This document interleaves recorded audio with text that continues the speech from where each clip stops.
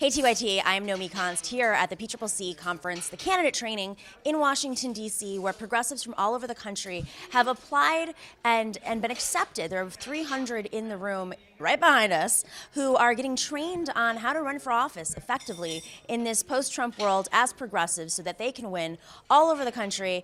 I think there's almost 50 states here, a fair representation of candidates that really is reflective of the democracy that we live in, this country that we live in.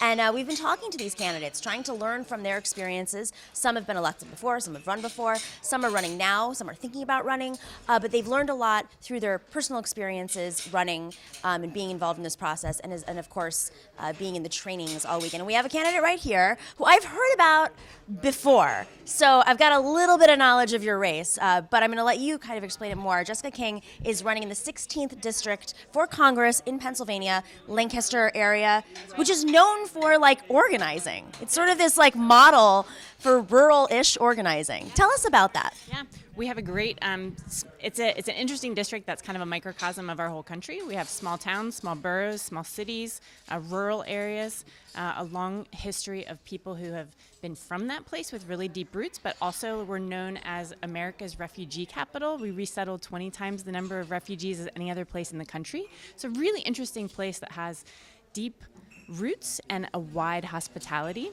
It's a very diverse district, and so yeah, it's a great place to run.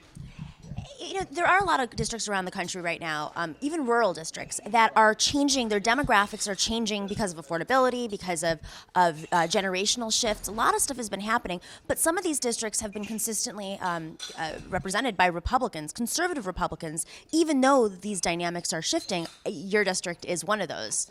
Is that one of the reasons why you think you have a shot at running this time around? Absolutely, absolutely. We think that this is an opportunity to go right to the grassroots, like be able to work with the community. This is my background. I love my district. I love my neighbors. I have a long, long history of working with working families, with small business owners, with immigrants and refugees in the community, as well as people who've been there for ages and want to do better by the community.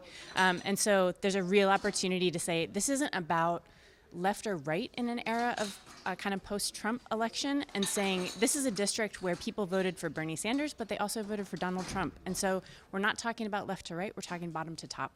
And we need to have people who have deep history and roots of working with people in this community who are willing to step up and lead from that perspective and lead in relationship and in community with people in the district. So more about you.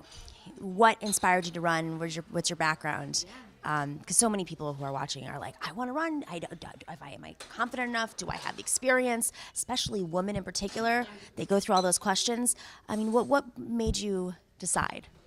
My work has been about making communities stronger from the bottom up for the last 20 years. So that is ultimately what made me decide to run. This wasn't part of my plan, but I've been doing the work of economic opportunity, small business development, helping people find the American dream.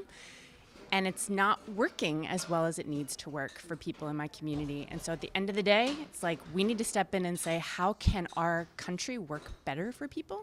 How can we create more opportunity for people around access to healthcare, education, good jobs, the preparation that allows people to be able to access those kind of jobs? Like those are the things that I've worked for many, many years. And everyone that I work with, other leaders, nonprofit leaders like myself, who work in this space, devote our lives to it, we're not making any progress. And our neighbors are people that we're in the trenches with are not making progress. And so it is time to do better, and that's why I stepped in.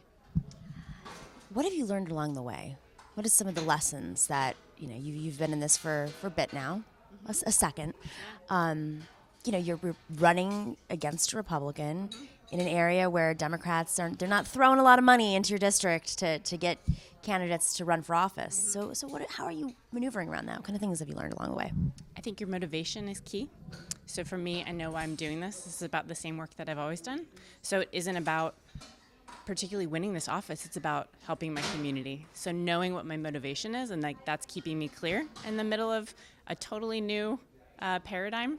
And I think, yeah, just being really key on that. We just got started, so we're just learning this whole, you know, it's a whole new experience.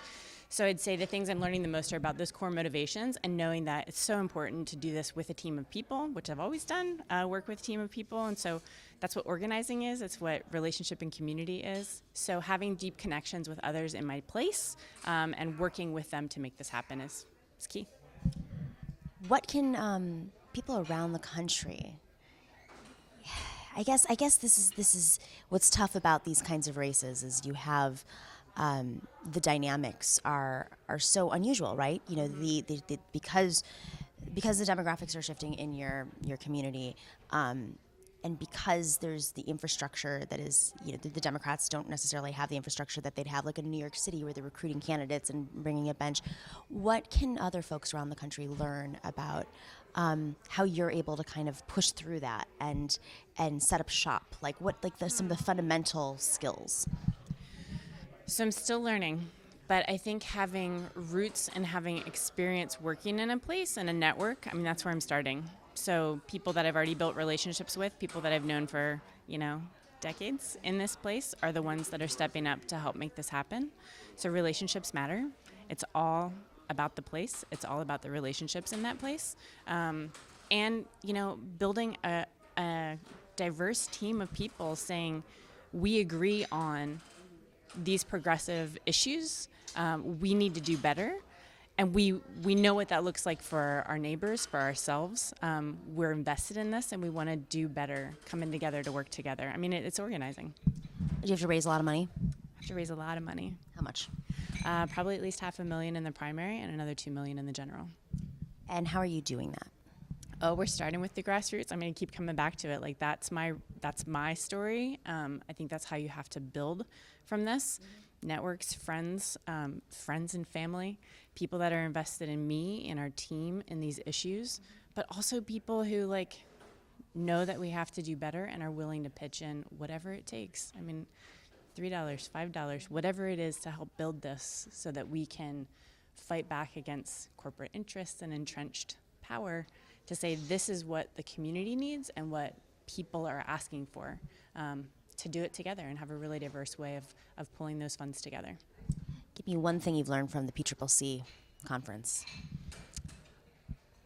Oh, so much already, and it's only been like a day. Keith Ellison this morning talking about keeping it real and talking to people. People are the most important. We need to listen more than we talk as people running for office, as politicians. That really resonated with me because it's essentially why I'm doing this. And so encouraging to meet people who are stepping into this space from all across the country, from, you know, school board to Congress, and how cool it is to think about bringing our values to the table and stepping in without fear and just saying, this is what we stand for and this is what democracy looks like. Thank you, Jessica. Good luck. Thank you. You know, you got a long road ahead of you, so Thank you. keep it up. Thank you. All right, thanks.